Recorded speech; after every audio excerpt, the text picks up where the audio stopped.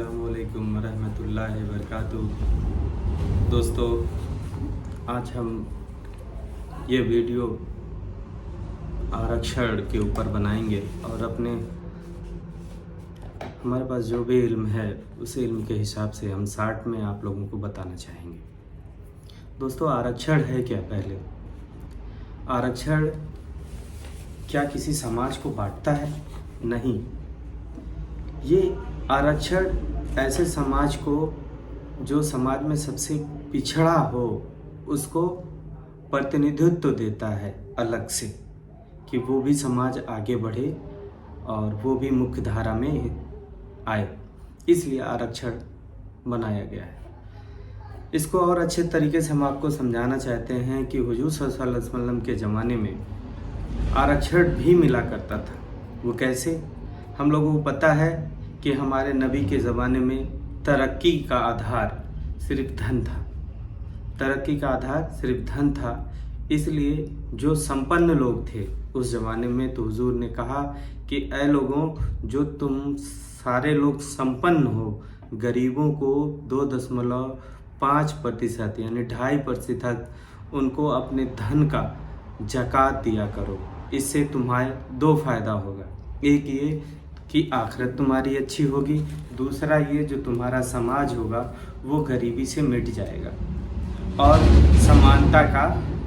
समानता आपके बीच में आ जाएगी। ये हुजूर ने हम लोग को जो मुसलमानों को जो ज़कात, इसीलिए ज़कात और फितरा वाजिब किया है। ये इसीलिए किया है कि गरीबी उस समाज से, हमारे समाज से मिट जाए। आइए हिंदुस्तान के बारे में बताते हैं कि हिंदुस्तान में आरक्षण कब से और कैसे और क्या आज तक लागू है। आइए इसी में हम बताते हैं कि सबसे पहले आरक्षण हिंदुस्तान में 1936 में ब्रिटिश शासन से लागू हुआ, 1950 तक और फिर आज तक लागू है। ब्रिटिश शासन में 1936 में और 1950 तक सारे जो जिस कैटेगरी के लोग रहते थे, आर्थिक स्थिति, सामाजिक और शैक्षणिक रूप से, उनको आरक्षण मिला करता था। दोस्तों, इसी बीच हमारा संविधान बनकर तैयार हुआ और हम लोग भी आज़ाद हुए। आज़ाद होने से, संविधान लागू होने से पहले हमारे पुरखों ने जो संविधान बनाया था उस संविधान के अनुसार ऐसा संविधान बनाया था कि सारे लोगों को समान अधिकार मिल सके, सारे लोगों को समान अधिकार मिल सके और इक्वलिटी मतलब बराबरी रहे उनके समाज में, और कोई भी ऐसा समाज ना हो कि गरीब हो। इसीलिए आरक्षण का व्यवस्था किया गया था। दोस्तों, इसी आरक्षण के विचार बनाने वालों ने जब 26 नवंबर 1949 को ये ऐलान किया कि हमारा पूर्णतः संविधान बन गया है और ये अपने हिंदुस्तानियों के लिए संविधान को अंगीकृत कर दिया गया है, अधिनियमित कर दिया गया है और आत्मसमर्पित कर दिया गया है। कब कर दिया गया? 26 नवंबर 1949 को। दोस्तों, इस दिन संविधान समर्पित हुआ, लेकिन 26 जनवरी 1950 को पूर्णतः लागू हुआ हिंदुस्तान में। हमारा जो सेकुलर संविधान है, इसमें बहुत सारे पावर हर हिंदुस्तानियों को मिला है। हमारा संविधान कहा जाता है कि जीवित संविधान है। जब जब ज़रूरत पड़ेगी तब तब इसमें संशोधन किया जा सकता है। इसीलिए लिविंग कॉन्स्टिट्यूशन भी कहा जाता है हिंदुस्तान के संविधान को। दोस्तों, यही तो हमें आपको बताना है कि 10 अगस्त 1950 को एक मीटिंग होती है और एक गजट ऑर्डर होता है 11 अगस्त 1950 को। यानी 10 अगस्त को मीटिंग होती है, 11 अगस्त 1950 को एक गजट आता है, जिसमें उस गजट के पैराग्राफ 3 में, जो हम आपको अभी फिगर में दिखा रहे हैं, इस पैराग्राफ 3 में ये कहा गया है कि हिंदू धर्म के सिवा अन्य धर्म अनुसूचित जाति में नहीं आएंगे। जब हमारा संविधान लागू हुआ तो 2 तरह का आरक्षण था। एक तो सामान्य का था उसमें सारे लोग आएंगे, लेकिन एक अनुसूचित और अनुसूचित जनजाति का 2 लोगों के लिए आरक्षण दिया गया था। 10 अगस्त 1950 को एक नियम बनाया गया, कहा गया कि अनुसूचित जाति में सिर्फ हिंदू धर्म के लोग ही आएंगे, और अगले दिन 11 अगस्त 1950 को ये गजट लागू भी कर दिया गया, और हर प्रदेश में, हर केंद्र शासित प्रदेश में इसको भेज भी दिया गया कि इस तरह से अनुसूचित जाति का आरक्षण मिलेगा। आरक्षण जो अनुसूचित जाति में भी मिला है वो ये कहा है कि ये वो लोग होंगे जिनके शैक्षणिक, सामाजिक और आर्थिक सबसे कमज़ोर लोग होंगे, उनको मिलेगा। लेकिन जब ये 26 जनवरी अमर रहे, हम लोग का नारा लगाते हैं 26 जनवरी अमर रहे, 26 जनवरी अमर रहे। दोस्तों 26 जनवरी 1950 को पूर्णतः ये संविधान लागू हुआ था, तब हमें रिजर्वेशन मिलता था मुस्लिम नटों को। 26 जनवरी 1950 से लेकर 10 अगस्त 1950 तक हमें रिजर्वेशन मिलता था, और एक अध्यादेश की वजह से जो असंवैधानिक अध्यादेश है उसे लागू कर कर हमें हटा दिया गया। ऐसा नहीं, उसके बाद 1990 में मंडल कमीशन कहती है, मंडल कमीशन की रिपोर्ट कहती है कि जो मुसलमानों धर्म के नाम पर जो रिजर्वेशन से वंचित किया गया अनुसूचित जाति से, ये असंवैधानिक है, और जब तक इनको अनुसूचित जाति का दर्जा नहीं मिलता है तब तक हमारी गुजारिश है, यानी मंडल कमीशन की गुजारिश है, इसको ओबीसी में रखा जाए। दोस्तों उसके बाद 2006 में सच्चर कमेटी कहती है कि दलितों से भी बदतर मुसलमानों की हालात होती है।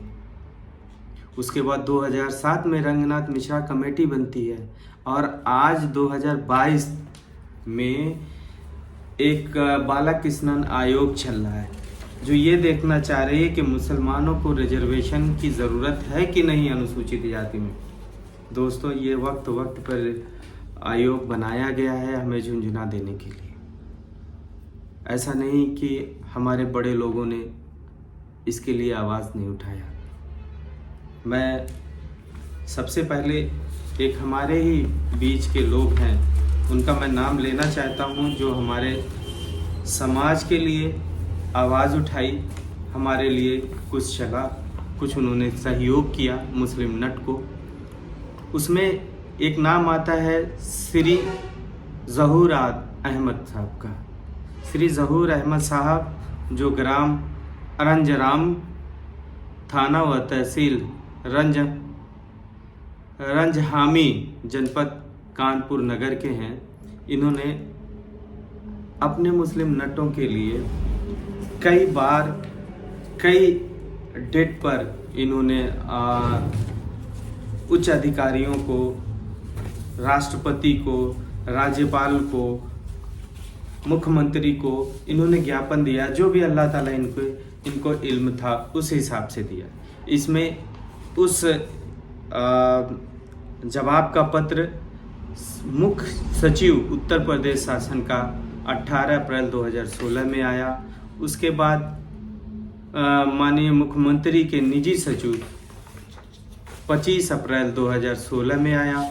उसके बाद जो है 26 अप्रैल 2016 में भी इनको आया, 28 अप्रैल 2016 में भी आया, 23 मार्च 2021 में भी इन्होंने लेटर लिखा, उसका इनके पास आया। उसके बाद जो है 18 अप्रैल 2023 में भी इनको जो लेटर लिखते हैं ये ज़हूर आलम साहब, जो जनपद कानपुर शहर के हैं। अल्लाह इन्होंने जो भी अल्लाह ने इनको इल्म दिया उस हिसाब से इन्होंने अपने मुस्लिम नटों के लिए प्रयास किया। और लोग भी हैं जो प्रयास कर रहे हैं माशाल्लाह। उस कड़ी में मैं अपना भी नाम लेना चाहता हूं। 2015 में मैंने भी राज्यपाल महोदया को, उत्तर प्रदेश राज्यपाल को मैंने भेजा था डीएम के थ्रू, और फिर अभी जल्दी 2024 में हमने भेजा था 25 जुलाई 2024 को राष्ट्रपति को डीएम के थ्रू कि डीएम महोदय जो हमें अनुसूचित जाति से निकाला गया है वो असंवैधानिक है। 10 अगस्त 1950 का जो आर्डर है वो अनकॉन्स्टिट्यूशनल यानी असंवैधानिक है, इसे तत्काल ख़त्म किया जाए और हमें भी अनुसूचित जाति में लिया जाए। इसका जवाब नहीं आया भाइयों। उसके बाद हमने 25 अगस्त 2024 में डीएम के थ्रू जनपद कुशीनगर के लोगों के साथ राज्यपाल महोदय उत्तर प्रदेश को ज्ञापन दिया गया, उसका भी कोई हम लोग दिए, प्रयास किए। उसके बाद मैं खुद एक हम लोग के मुस्लिम नट में दानिश भाई हैं, एक डीएनटी बोर्ड है उसमें वो सदस्य मेंबर हैं और उनके कहने पर मैं अपने रिक्वेस्ट करने के बाद वहाँ डीएनटी के मेंबर जो हैं भटनी भाई हैं, उनको बाबू भाई भटनी जो है उनको ज्ञापन दिया हमने नवंबर 2024 में और उनसे कहा कि महोदय ये थोड़ा सा इसको देख लें, आप ही के उसमें का है और इसीलिए मैं आपसे गुजारिश करता हूं कि आप भी इसमें थोड़ा। तो उन्होंने आश्वासन दिया था कि मैं मिनिस्ट्री से इसके बारे में पूरा बात करूंगा और सोशल वेलफेयर डिपार्टमेंट को मैं लिखूंगा भी। अभी मैं इस दानिश भाई का बहुत बहुत शुक्रिया, वो भी अपने समाज के लिए कुछ ना कुछ कर रहे हैं। डॉक्टर बीएल साहब हैं, डॉक्टर शौकत साहब हैं, बहुत सारे लोग इधर भी हैं जो नाम लेने में थोड़ा सा वीडियो बड़ी हो जाएगी, माफ़ी चाहता हूँ। लेकिन एक प्रकरण अभी वीडियो के साथ हम लोग के पास आया, बड़ा दिल दुखी हो गया था इस प्रकरण के बारे में देखकर। इस प्रकरण के वीडियो से जिस हिम्मत से उन माओ बहनों ने हिम्मत दिखाई और मैं सलाम करता हूँ उनके हिम्मत को कि उन्होंने वीडियो बनाकर पूरे हिंदुस्तान के मुस्लिम नटों को एक कर दिया, झकझोर दिया। उनके हिम्मत को हम सलाम करते हैं, उनके जज्बात को हम कदर करके सलाम करते हैं कि सारे लोगों ने जिस तरह से विश्वास पूरे हिंदुस्तान के मुसलमान नट के साथ किया है, हम शुक्रगुजार हैं उनके हिम्मत का। और हम आपको बता दें, हम दबने वाले कौम में से नहीं हैं, हम दबने वाले कौम से नहीं हैं, हम लड़ाकू लड़ने वाले कौम हैं। उसमें एक बहन हमने वीडियो देखा, बड़ी तर्रार होकर जवाब दी, दिल खुश हो गया। दिल खुश हो गया कि आज भी हमारे एक बिरादर में शेरनी पैदा है। गजब का कॉन्फिडेंस था। आपके ही कहने पर आज ये वीडियो बनाने की हिम्मत कर रहा हूँ। सलाम है आपको, अल्लाह आपको हिफाजत रखे कि आपके जो जज्बात थे, ग्राम पढ़ा तहसील गैरतंगंज रायसेन से, बहुत अच्छा लगा आपका वीडियो, आपके हिम्मत को। डरिए मत, अगर आपको अनुसूचित जाति में प्रमाण बना ही दिया है उन्होंने तो ये आपका संवैधानिक हक है। थोड़ा सा अनकॉन्स्टिट्यूशन आर्डर इसमें आया है और आप अपने डीएम को ज्ञापन दीजिए कि हम लोग नट हैं और पूरे हिंदुस्तान के नट। जब हमारा देश धर्मनिरपेक्ष है तो फिर हमें धर्म के नाम से क्यों हटाया गया। हम आपकी लड़ाई आपके साथ रहेंगे इंशाअल्लाह ताला, और भी हम लोग आपकी लड़ाई आगे ले जाएंगे इंशाअल्लाह ताला। जितनी भी मदद हो सकती है हमारे अल्लाह ने जो हमको कुव्वत दी है उस हिसाब से इंशाअल्लाह करूँगा। अब कर भी रहे लोग आपके साथ, और मैं शुक्रगुजार हूँ इसमें दीवान जी का भी, जिन्होंने बड़ा हिम्मत और साहस का काम दिलाया आप लोगों से मदद लेकर, और आप लोगों ने भी बड़ा मदद किया एक दूसरे का। बहुत बहुत शुक्रिया आप लोगों का। मैं इतना कहना चाहता हूं कि अब हम लोग की रणनीति जो है आगे बननी चाहिए, क्या होनी चाहिए, कैसे किया जाए कि हम लोग भी अनुसूचित जाति में पूरे हिंदुस्तान में मुसलमान आ जाए। हाँ, हम एक इतिहास बताना चाह रहे थे लोगों को कि हमारे लोग क्या हैं। हमारे लोग वो शेर थे जो अंग्रेज़ों को इतना मारा, इतना मारा, इतना मारा कि वो मजबूर हो गए एक एक्ट लाने के लिए, 1871 जनजाति अपराधी, जन्म जाति अपराधी, क्रिमिनल ट्राइब एक्ट, समझ रहे, जनजाति अपराधी बोलते हैं। क्रिमिनल ट्राइब एक्ट 1871 में लाए। उसमें 184 की जातियां हैं, जिसमें एक मुस्लिम एक नट भी था। वो वहाँ पे धर्म नहीं देखा, वो देखते थे हाँ ये नट है, इसको मार दो।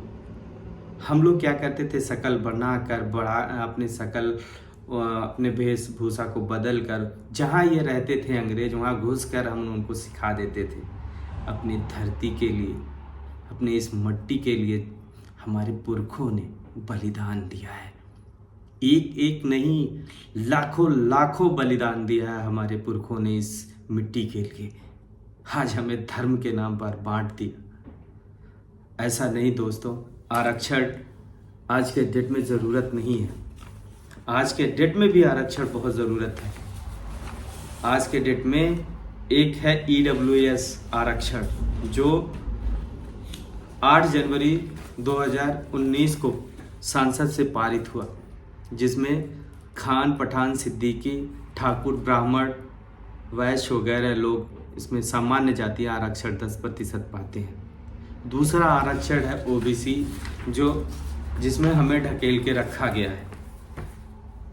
OBC वाले कहते हैं इसमें तुम्हारी ज़रूरत नहीं है, तुम इसमें इलेक्शन ना लड़ो, तुम्हारी औकात नहीं है OBC में लड़ने के लिए। लेकिन सरकार ने इसमें हमको रखा है ज़बरदस्ती। अनुसूचित जाति में हमें होना चाहिए जैसे आज अन्य हिंदू नट रहते हैं। कहीं भी धर्म पूरे संविधान में नहीं लिखा गया। ये कहता है हमारा समता का अधिकार, समानता का अधिकार। मौलिक अधिकार में एक अनुच्छेद 15 है, जिसमें समता एवं समानता का अधिकार दिखाता है। कहता है कि हिंदुस्तान में कोई ऐसा नियम नहीं बनेगा जो धर्म पे, नस्ल पे, जाति पे, जन्म स्थान के आधार पर बनाया जाए। तो फिर क्यों, मैं पूछना चाहता हूँ बड़े अधिकारियों से, अपने समाज के लोगों को बताना चाहता हूँ कि आप जाओ अपने DM तहसीलदार के पास, उनसे पूछो कि क्यों हमारा मौलिक अधिकार छीना जा रहा है। जब मेरा मौलिक अधिकार अनुच्छेद 15 कहता है कि कोई भी नियम धर्म स्थान और जन्म स्थान के नाम पर कोई नहीं बनेगा, तो फिर हमें अनुसूचित जाति से क्यों निकाला गया? पूछिए अपने DM से, अपने तहसीलदार से। आपका जो संवैधानिक हक है, जो भी अनशन धरना देना है, वो आप ज्ञापन देने के बाद धरना दीजिए। आपकी आवाज़ हम लोग बनेंगे, आपके साथ कंधे से कंधा लड़ेंगे। जो भी ज़रूरत होगा इंशाल्लाह हम लड़ेंगे आपके लिए। लेकिन आप घबराओ मत दोस्तों। अंततः वीडियो बहुत बड़ी हो रही है, मैं फिर शुक्रगुजार हूँ। और हम लोग नियम बना रहे हैं, हम लोग आपस में बात कर रहे हैं कि इसको कैसे हम लोग संवैधानिक लड़ाई लड़ा जाए और तेज़ किया जाए। बहुत बहुत शुक्रिया।